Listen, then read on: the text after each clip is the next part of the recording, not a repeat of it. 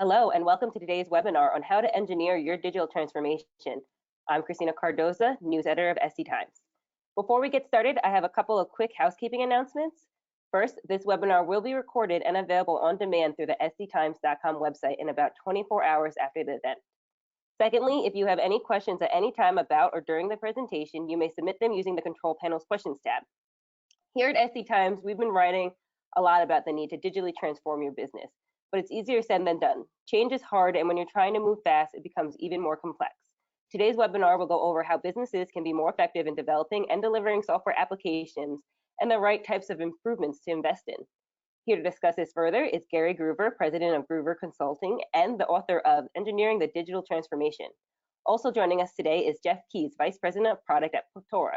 Now to get things started, I'll throw it over to you, Jeff. Awesome. Thanks, Christina. You know, you guys are in for a real treat today because there's if you ever sat there and were wondering, I want to go talk to the guru on the mountain about some critical problems I have and decomposing the monolith, you've got the expert in the room. And so please take advantage of the opportunity to post your questions, and we'll get to this. There's a little bit of content that I know you're going to go through, Gary, but I've been through this book and it's awesome. It's a great treatment of how to deal with these legacy applications and modernizing them and moving them forward. Gary is an advisor to Pareto because simply we love this process. If you follow this process, you're going to need tools like Pareto, and so that's what makes it great.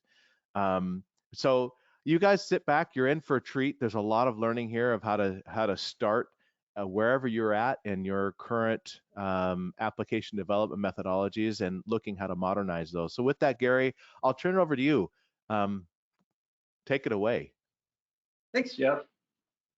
Do you believe how you develop, deliver, and secure software is becoming more and more important to your company? Do you also believe that as an organization, you can become much more efficient and effective in terms of how you deal with software? But when you try to drive changes or improvements, you have a hard time getting people to align and agree on the changes that you believe would have the biggest impact on your business. And then once you implement those changes, you have a hard time proving to the business the benefits of those investments. If you answered yes to these questions, you're like most of my clients. You know software is important, you know you can do better, but you struggle to drive the improvements that are important for your business. What if instead you had a systematic approach for analyzing a broad range of applications across your organization for making improvements visible to everyone? An approach that went beyond implementing the latest Agile and DevOps practices to addressing your unique challenges. What if this systematic approach could engage the entire organization in the continuous improvement journey, which is important for a couple of reasons. First and foremost is because software is hard to measure. It's hard to see, it's hard to quantify, and if we're going to find the biggest issues and make them visible to everybody, we're going to need everyone's perspective, from the executives down to the managers, down to the engineers that are closest to the problem. The second reason it's important to engage everyone in this transformation is getting people to embrace change is hard.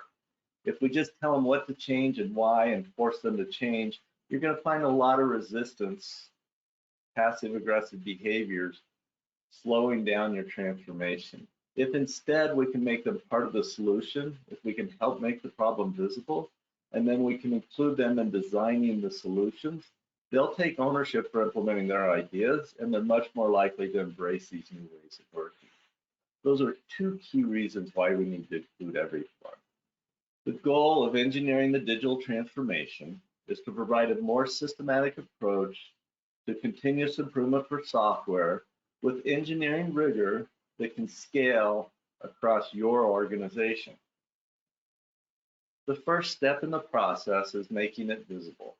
If we don't know the problem we're trying to solve, it's going to be hard to get everybody to agree on the types of changes that will be needed to improvement.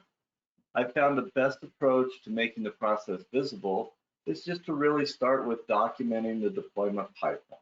How do we go from a developer checking in code to being released and into production? There's some more details in the book when we get down into that level of dealing with things on the ideation phase and on the operation side, but where I find most of the issues in large organizations is really dealing with this process from the time code's checked in to when it's available and ready in production. A classic example of the deployment pipeline is a loosely coupled architecture where 5 to 7 independent developers can develop code, they can check it into a test environment, and then push it straight into production. This is the goal of DevOps, and this is a lot of what you hear talked about in DevOps, is this idea that we need developers to empower the developers, let them work independently, let them deploy in production, and have this with a loosely coupled architecture. And this is really where DevOps started. The problem I find is when I go into large organizations, this isn't typically what I see when I go into those organizations. And I'm not sure what you guys are seeing in your organization. So let's do a quick poll to see the types of people that we have here.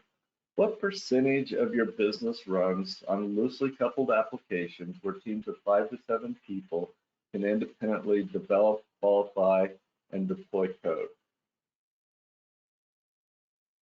And I think there's the quick poll. If people could submit, we'll take a little bit of time to get the feedback and see where we are.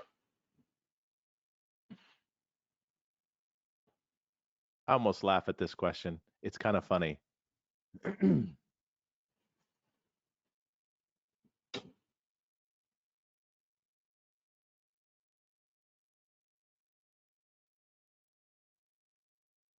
It looks like we've got tapped out on the polling. People have voted. You know, for the 90% or the 26% of the people have a loosely coupled system, you're probably not going to learn as much in this webinar. The reality, though, is for the people that have 50% or 25%, that's what I typically see in large organizations. Those are where the biggest challenges are, and that's where it's hardest to implement these types of things. So if you're, let me go back to my slide presentation. If you're dealing with these types of applications that are loosely coupled, you're very fortunate. If you're the larger percentage of people that have large, tightly coupled systems, what I've really been struggling with, and I've been talking about this for years with Gene Kim, who runs the DevOps Enterprise Summit, and with Jez Humble, who wrote the Continuous Delivery book that I've worked with quite a bit, is when I go into large organizations, or I have been in large organizations, and I've been implementing DevOps types of things, what I struggle with is the types of things they recommend and the approaches feel like they're specifically designed for loosely coupled architectures. And we've been having this argument for years. Finally, in 2017, they tested for the impact that architecture has on the success of DevOps. And what they found out is that in 2017, the top indicator of success with DevOps is having a loosely coupled architecture that enables you to independently develop, qualify, and deploy code. They dedicated a whole chapter to it in the accelerated report. And my initial response is great. Now we can talk about how to do DevOps differently for tightly coupled systems. And their response was, no, the research is clear. We need to tell people that they need to re-architect all their systems and go to loosely coupled systems because that is the way that you do DevOps. My reaction that I struggled with that a little bit. One, because I've led a complete re-architecture of 10 million lines of code with 800 people, and it was one of the most painful and difficult things that I've ever done. We ended up with some great results, but recommending that as a first step is a pretty audacious goal. And second is, as I go into organizations and I work with them, I think there's a lot of things that we can do to enable us to release code on a more frequent basis while enabling all aspects of quality that don't require a complete re-architecture. And that's my fundamental belief from working with a lot of different organizations, is that there's lower hanging fruit. But if you look at where the DevOps community's gone, it's really gone towards, based on this research, we need to loosely couple everything. And if you read the latest Unicorn project, it's all about how do you loosely couple it by just, you get an environment that magically happens. My reality is a lot of those things are harder. our next survey question is, when you think about, so the 74% of people have tightly coupled architectures. When you think about those tightly coupled business critical applications, what percentage of them do you think you'll have completely re-architected by the end of 2020, 2022, or do you believe it will be later than that?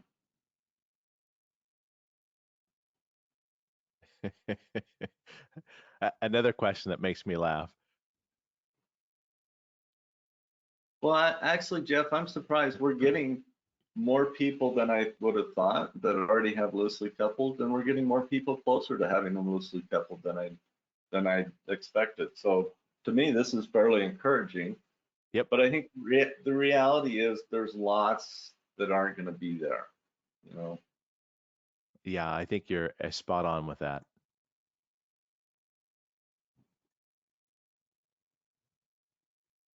Mm-hmm. So, you know, we had about 26% that are already loosely coupled, which is encouraging. Of those that are tightly coupled, on another 17% feel like they'll be done at the end of the year. And, you know, if you can get loosely coupled fairly quickly, it is the most efficient way, and you should definitely go that way.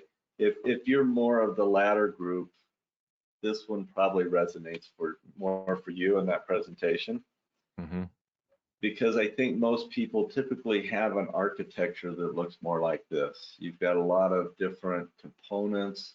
You've got a lot of different pieces that you need to develop, qualify, and release as a system, or go through a dedicated test environment, because the implications of a change on one component have unknown consequences in other places. So you more typically have an architecture that looks like this. So my belief is the types of things you required to release code more frequently while enabling all aspects of quality, which really is the fundamentals of DevOps, is different for these tightly coupled applications. And if we try to implement the same practices for small and large systems, it's not going to work very well. We need to start by understanding the problem we're trying to solve before we choose the approach, and making the process visible is the first step. There's types of things that you do for loosely coupled systems. There's types of things that you do for tightly coupled systems like this. And there's types of things that you do for tightly coupled systems where you don't own the deployment. You may be dealing with a COTS-based application where you either own the development or you own the deployment, but you don't own both. And the types of things you do to work with those are going to be different than the types of things that you do to work with a tightly coupled system where you own deployment. And then there are applications that are more embedded software. This is a classic example of the LaserJet business that I transformed. There's a lot of software in airplanes and cars and everywhere else that has embedded hardware. For these types of things, your deployment pipeline is going to look more like developers are developing software type applications, deploying code on the simulator. Your low-level firmware is going to go into an emulator and be tested, and then the final testing will be implemented on the final product. Mm-hmm. One of the biggest motivations for coming up with this systematic approach to transforming is my experience that in dealing with these different types of applications, they have different challenges, and we're going to need different approaches. We can't just copy what was done for a loosely coupled systems and I hope it's going to solve our problems with a tightly coupled system. And we can't just benchmark what the leading companies have done with loosely coupled systems and attach those practices to these applications and hope they work. We need to start by focusing on the principles of how do we release code on a more frequent basis. We need to understand the problem we're trying to solve before we start focusing on the practices or the types of things that we'll need to move and change. And the first step is making our software factories visible so that we can get a common understanding across our organizations of the types of things that need to change. The next big change that we can make with software and how we develop it to fundamentally transform our approach is we need to shift to building in quality. It's my belief that this is one of the biggest changes that you can make in your software development processes to make you more efficient. It's also the area where I see most organizations struggle. It's extremely valuable, but it's hard. And the second big motivation for me in coming up with this systematic approach was beyond different applications require different pieces. Different organizations are struggling with different things when they start to build in quality, and I see too many people start to try to build in quality before they have a stable quality signal. And I've come up with the conclusion that we need to have a very systematic approach to ensuring we have a stable quality signal before we start trying to change, or people are going to auger in on their transformation and people are going to give up. So what do I mean by a stable quality signal? This is, if we're going to expect developers to respond to feedback, we want to make sure that it's finding code issues and it's an efficient use of their time to respond to that feedback, because it's giving them information about something that they did and we can help them improve. As Deming, one of the fathers of quality movement in manufacturing, believes, our role as executives is to help design systems that enable our employees to be successful. And we can't really expect our employees to be successful and get better if we're not providing high quality feedback. So there's a couple of steps I've designed. I use this whenever I go into any large organization. Let's take a place on your deployment pipeline, somewhere along that tightly coupled system, and we're going to run our tests for repeatability. Most organizations I go into have some tests automated and they're able to run those. They typically don't run them very often, but the focus is, let's run those tests for repeatability. And we're going to take all the tests that we have automated, we're going to point them at that test environment on the deployment pipeline, and we're going to run all the tests 20 times in a row, and we're going to stick them in a database. And ideally, we're going to have tests that always pass, and we're going to have tests that always fail because there's a defect in the system. Realistically, what I usually see is something more like this. Yes, we do have some tests that are always passing, and we have some tests that are failing because they're finding a no defect. But the reality is, what I see most of the times is a lot of flaky tests that are triggering between pass and fail. And if we're going to go in and ask our developers to respond to this, every time they're running into a flaky test that's not giving them a consistent answer, we're wasting their time and energy having them look at it. And if we have lots of these, they're going to give up. So the first step is we're going to remove the tests that are always finding a defect, and we're going to put them aside until we get the defect fixed. Then they start passing, then we can add them back to our test suite. And we're going to take all of our flaky tests out of the system, and we're going to put them aside until we rework them and fix them so that they can be part of the stable quality signal. And then we're going to take the green tests that are always passing, and we're going to run some more experiments. Next, we want to make sure these tests can run in random order. Run them in random order, run them 20 times in a row, drop them back in the database. And what I frequently find when I go into organizations like this is that you have a whole new set of flaky tests and you have a whole new set of failed tests that were dependent on the one before it. And if we're going to parallel our tests so we can run them more often and more frequently in smaller batch sizes it changes, we're going to need to be able to run them in parallel, and we can't run them in parallel if we don't randomize the order. I have yet to go through and run these experiments with an organization that didn't have to do a fair amount of rework to their test framework and to their test automation design. And a lot of people are worried, like, my biggest objective with test automation is I need to ensure test coverage. And I'm like, no, before you start writing a lot more junk, let's make sure we have a good framework. Let's make sure we have good design patterns, and let's start using this to build in quality. And before you can do this, I can't caution you enough to go through these steps and make sure that you have it. The next one that you'll hear nobody else talking about, but it comes from a lot of struggles, wounds, bruises from doing this, is once we have these tests that can run in random order, let's run a bunch of them in parallel. Let's run them against the environment, ensure the environment's stable under load. I can't tell you how many organizations struggle with a whole new set of flaky tests when they start running a bunch of tests in parallel, because these environments were designed for manual testing. And when I start running automated testing against them, I'll either have timeouts because the environment's not large enough. I'll have timeouts because there's a flaky F5 in the system. I can't tell you how many things I've found through this process, and all of these are unique. They're unique to the organization, they're unique to the process, and if you don't take the time to get root cause on these things, I will promise you your developer is going to get frustrated and give up on the transformation. Take the time to do this. The next step in the process is once we have this environment stable under load, we want to check the rest of our deployment pipeline in the process. So I want to be able to ensure that my deployment process is stable.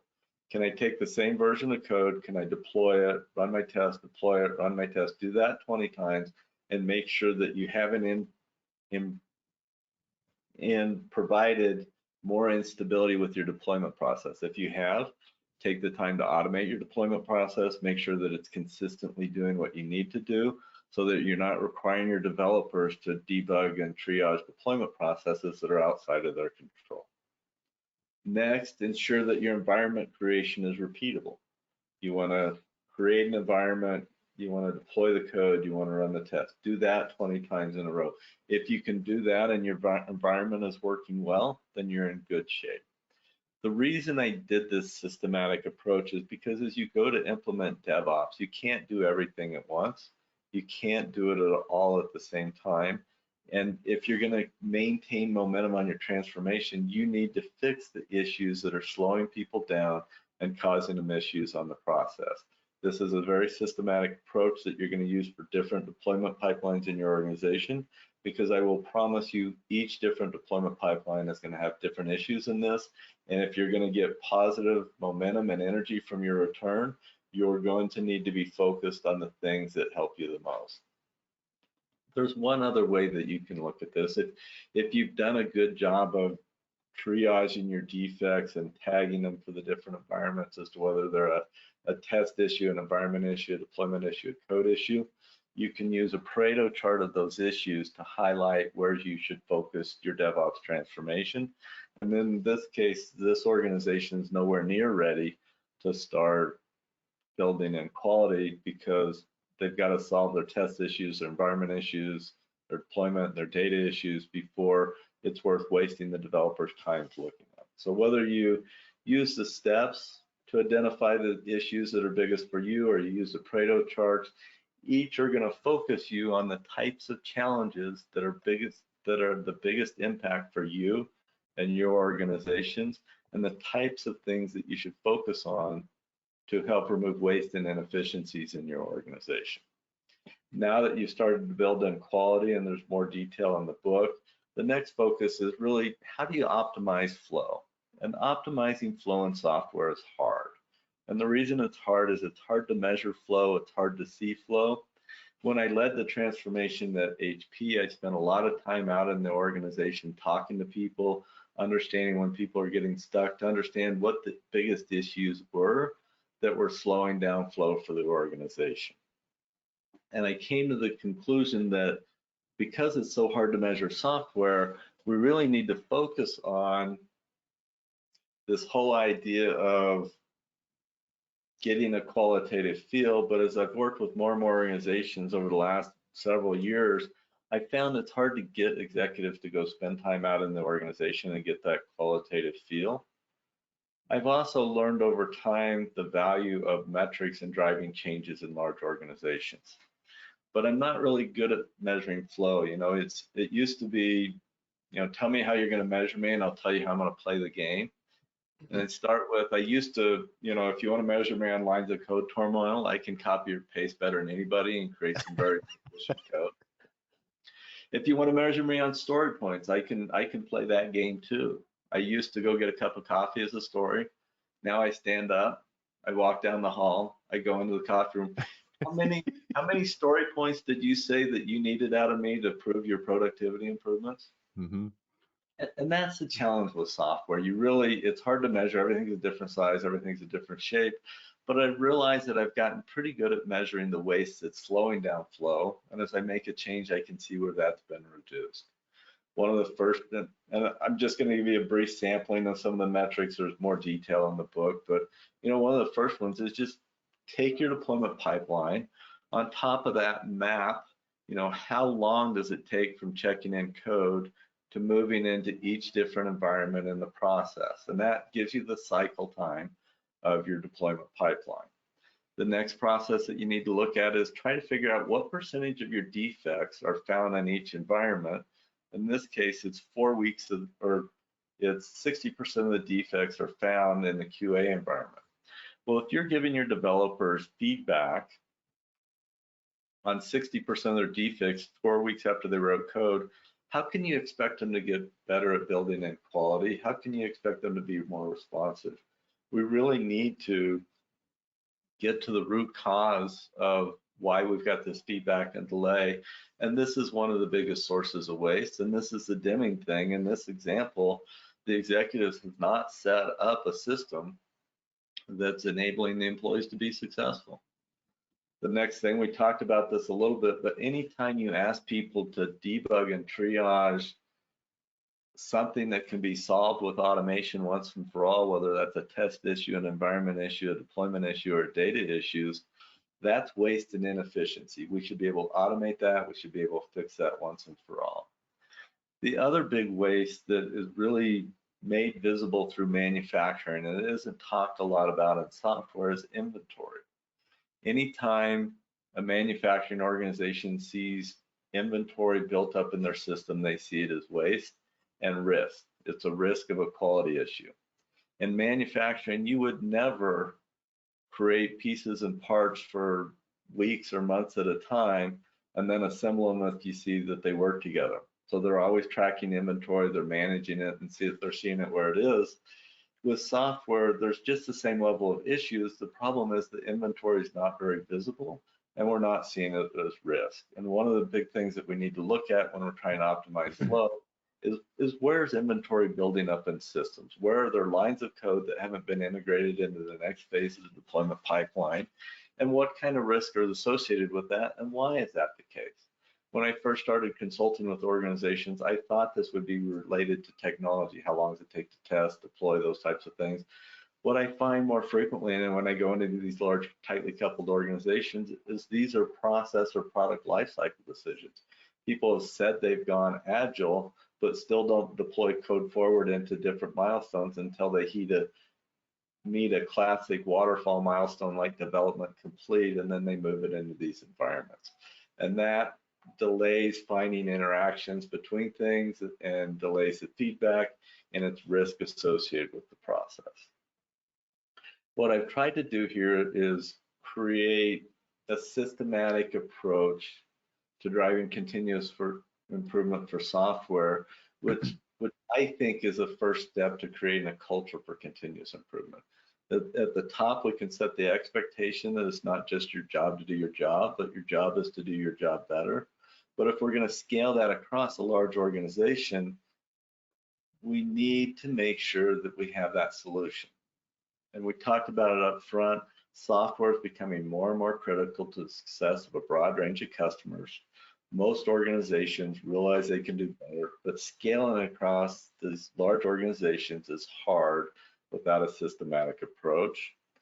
I know it's hard. I've lived this. I spent 3 years with 800 developers really focused on driving a continuous improvement journey that resulted in a 2 to 3x improvement in productivity. I know it's hard. I know it takes passion. I know it takes energy, and I know it takes follow through. But I also know these types of improvements are possible, and they're what your business requires. Because of that, ever since I did this transformation, I've been spending time and energy trying to help as many people as possible on this journey to success. I do webinars like this, I write books, I do workshops, I do keynotes, I do DevOps chats, because I know this is going to be hard and I know you're going to need help. And I've been doing this long enough, I feel like I've made a lot of the classic mistakes, and I'd like to help people avoid those mistakes so they can make new ones. If there's other things I can be doing to help you on that journey, let me know, because this is my passion, this is my energy, and this is my focus, and this is how I'm trying to contribute to the industry. With that, I'll turn it over to Jeff, and then we've got a time for questions at the end and a giveaway from Platora. Awesome.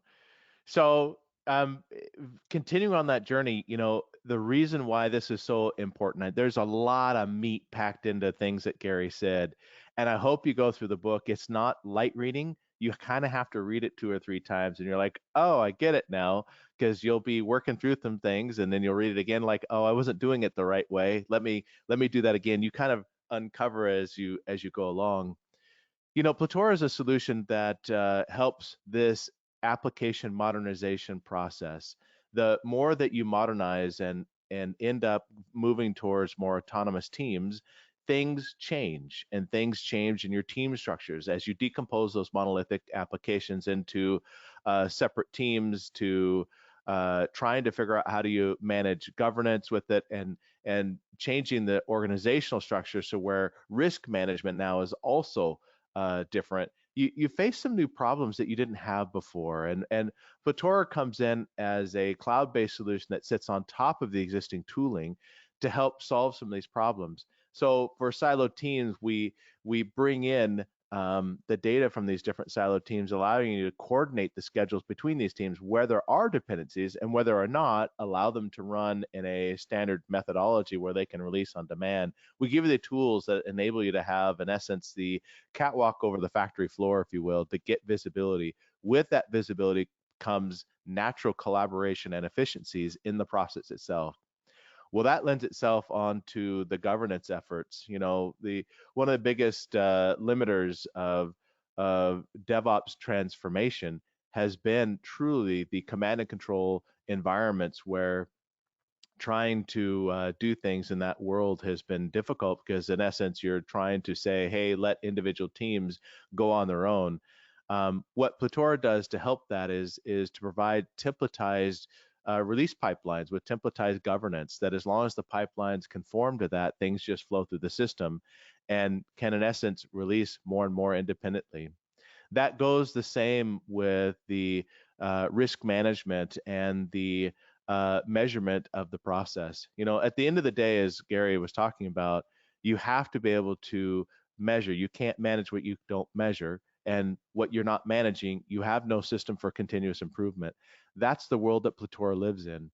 And as you look forward into this world, it's the reason why the industry itself has been pushing forward into a new concept of how do you manage DevOps tool chains. And the answer that the analysts are coming up with is they're calling them value streams, and providing value stream management tooling that helps you in this space. As Forrester defines, it's a combination of the people, process, and technology that helps you map, visualize, and optimize, govern the whole business value flow from ideation on into production.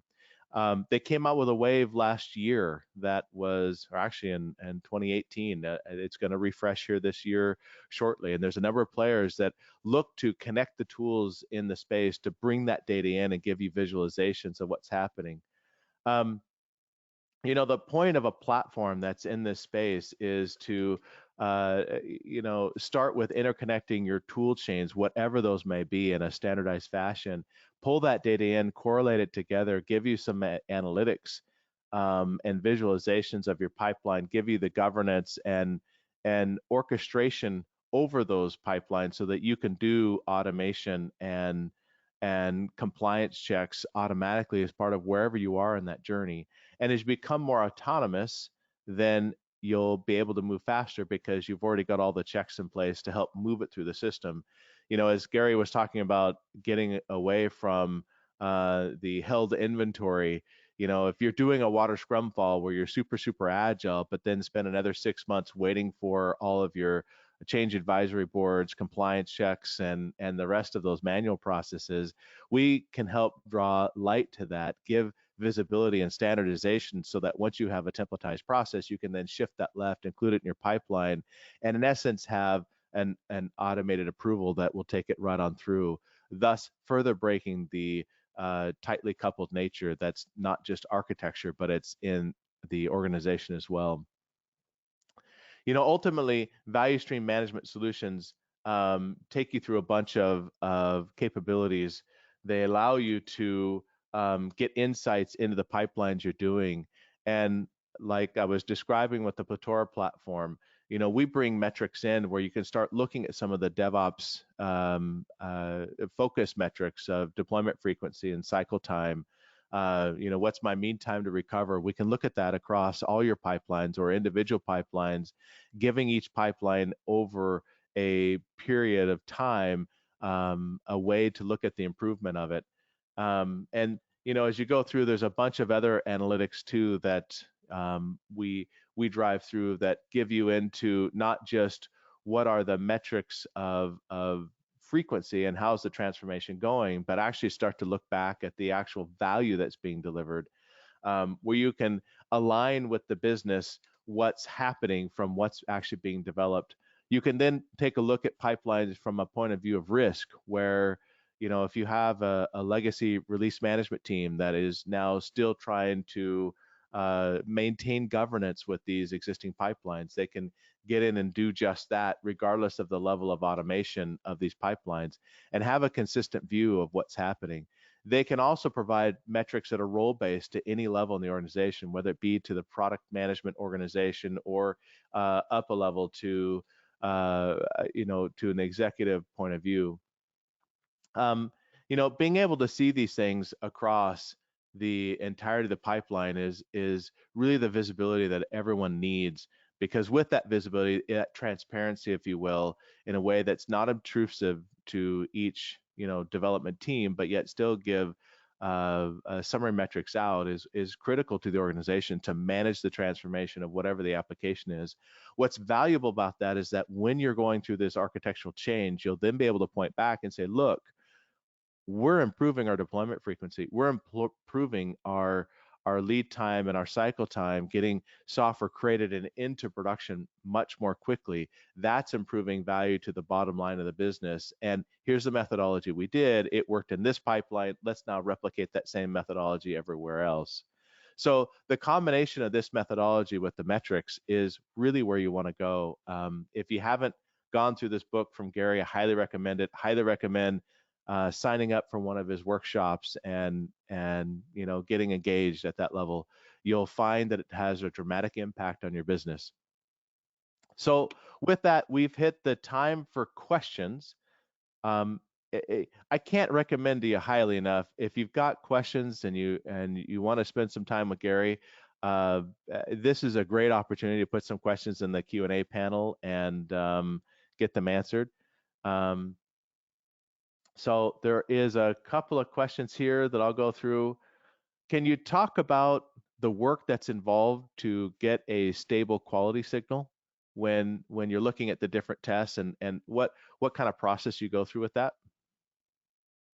Well, it depends on the problem that you have. You got to start to make sure that you have good designs on your test automation. And what I find frequently is most people have automated the test, but they run it once in the hardening phase or twice in the hardening phase, and they haven't gone through the realities of trying to run it every day and triage and debug it. And when you start using it to build in quality, you need to make sure you have a good test design. But depending on the technology, if you're on a mainframe or if you're on Java code or anything else, the technology that you use to write the test is going to be different. And it's just forcing yourself to go through that process of quantifying it and fixing the way you do tests. And I focus a lot on tests, but in a lot of organizations, I had one organization that had 3,000 automated tests.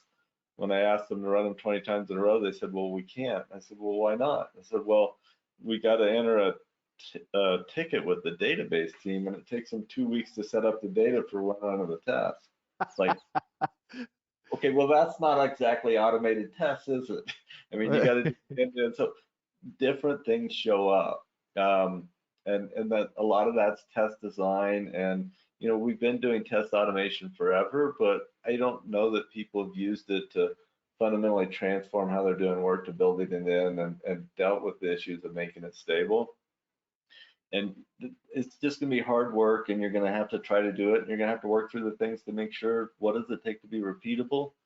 The other thing with the experiments, to make sure, if you're going to turn on a CI pipeline and you're going to ask developers to respond to it, but you've got something flaky in your system, get ready for a knockdown, drag out battle between all the developers and the people trying to roll out DevOps. It's going to get ugly because realistically, you're not giving them feedback that's helpful, and you're asking them to waste a lot of time, and their productivity tanks instead of improves. And if you don't solve that, it's going to be there. And, you know, if you look at the DORA report, it would say, well, start with infrastructure as code and start with this and start with that, because that's what all the loosely coupled teams are doing. What I find is, you know, people aren't changing their environment much, don't necessarily need to start there. People have a deployment process that works, don't necessarily need to start there. Take the time to understand your unique problems and solve them, because a lot of what we're trying to do with DevOps is just increase the frequency of when we're doing these things. And at a low frequency, you can muscle your way through all these things. When you start to dramatically increase the frequency, you're going to have to fix these things once and for all. And, you know, before you start asking developers to respond to it, take the time to do that. You're going to get there eventually anyway. I've seen too many organizations do it. Just do it before you sort of auger in and sort of have an insurrection from the development team. Totally cool. There's another question about, hey, my application has a lot of third-party components and libraries that makes it a little harder to test. Any advice with that? Well, there are types of things you can do to make sure you have the current version and the current pieces of that enable you to do that, to scan those to make sure there aren't known vulnerabilities. Sonatype jumps to mind. I'm sure there's others that do that well. But the other pieces of Tommy Mauser, who wrote the second book with me, has been going through this process at his current organization, and it was really pissing him off because he couldn't get he couldn't get the same test to get him the same answer 20 times in a row, and he'd been spending about a month and a half on it. And he's starting to realize that even though he's trying to build the same thing over and over again, he's getting a different build each time because the third-party components are changing. And if you're going to get a stable quality signal, you need to make sure that you know what you're building and you build the same thing each time. You can consciously change which libraries and different things you're using from third parties, but you know, make that a conscious decision. Make sure that you know those things are under version control, and make sure that you know when they change, so that it's much easier to debug and triage. Absolutely.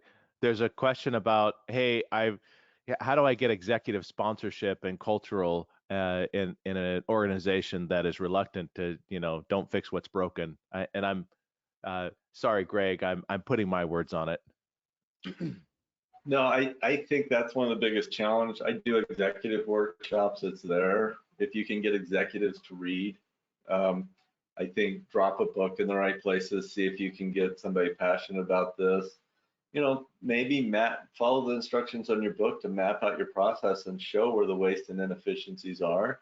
You know, the executive's job is to make sure that the organization is becoming much more efficient and effective. But one of the challenges they see with software is they can't see it. It's not visible to them. They don't know what the issues are, and they don't know where they are unless they'll spend time going out in the organization. So you can either get them to do this. There's some training I'm coming up with where you can get trained on it. There's different approaches you can do there, but if you can't get them to train, or you can't get them to read, or you can't do it, maybe get them to come to a webinar, maybe, you know, get them to talk to them, or maybe just really take the time to follow this process and map out something and say, well, I know you want to make this more efficient, and I know you're frustrated that we can't get done as much as you'd like us to do, but if you look at it, here's all the waste and inefficiencies in the organization, and we can't get the time to do those. You know, one of the things I'm trying to emulate with this is either a systematic approach to continuous improvement, like the kata process at a Toyota, or Lean Six Sigma in manufacturing, where you have a systematic approach and then you have higher certifications for actually proving you've been able to apply the principles to remove waste and inefficiencies. And Tiacho Ono at Toyota made clear to everybody in the organization that it's everybody's job not just to do their job, but to do it better. And in software, so often when people find technical debt, not only do we not reward them for finding that and champion, we don't give them the time to get it fixed. And if we're going to improve software at the rate that it's required, we're going to have to change that. Right. That's very true. Um, I have a additional comment on that. You know, it- I think if you can pull Gary in for an executive workshop, you can make a lot of progress. You can pull Platora in as a tool to help manage the current application delivery and show spotlight metrics of how fast you're currently delivering. Both those projects would have an enormous impact on leadership. What you'll do out of the process is be able to draw a business case to why modernize and what will we get out of it. There's a lot of industry push for going this direction. So, get a hold of us. Either way, get a hold of us, and we'll help you through that process and work together on it, because that's a great way to go. Can you talk a bit more about the Pareto chart of issues and some of the root causes of those? Yeah, if you debug an issue and the developers checked in code and the reason that the test failed was a test issue, that's a test problem. We can fix those test problems with automation. One of the challenges is we need to design our test automation so it can change at the rate of the product. But if a developer is constantly debugging and triaging test issues, they're going to give up. Same on a deployment issue. If they're constantly running into issues, they debug it and they triage it and they go back to the release team and said, well, yeah, they spent all this time doing it and it looks like you didn't get the property files right. Right. They're going to give up and get frustrated. Same with environments. Same with data, right? Well, the test didn't fail because the data was wrong. Well, as a developer that was required to go in and debug and triage that wasn't a valuable use of my time because it didn't give me feedback on the work that I'd done. And when I found the things that they were outside of my control. Gotcha. You talked about inventory waste and how to reduce, and you talked about lines of code not being checked in. Are there other kinds of inventory waste you see that are common? Well, I just see people sort of being out on release branches and not integrating their code with other things. We don't have that available, and lines of code turmoil is a crappy metric for productivity because it encourages copying and pasting.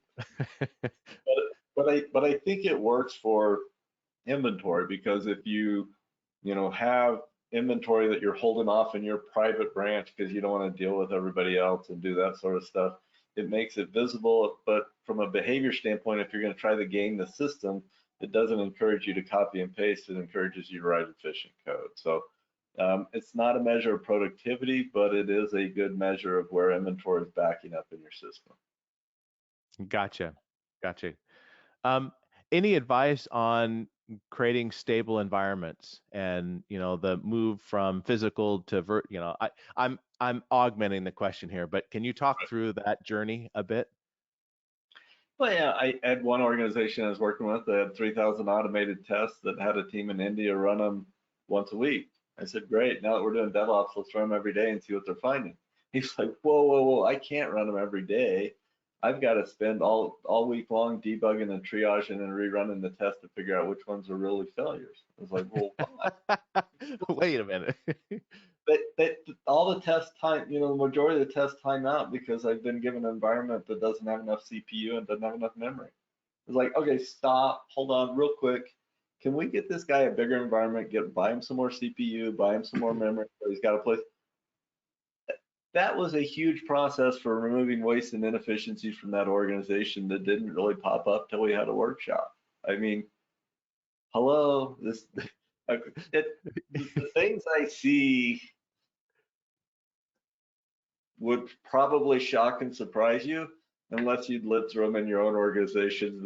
They're probably like, yeah, we see that all the time, but go through the systematic process of doing it, because I thought, a decade ago, I fought through a flaky F5 system with that, a company I was working at and driving continuous delivery at for a long time. And it wasn't until I left the company that some people really got to root cause and realized that that was the source of a lot of the conflict between the DevOps teams and the developers, is that we weren't getting consistent answers.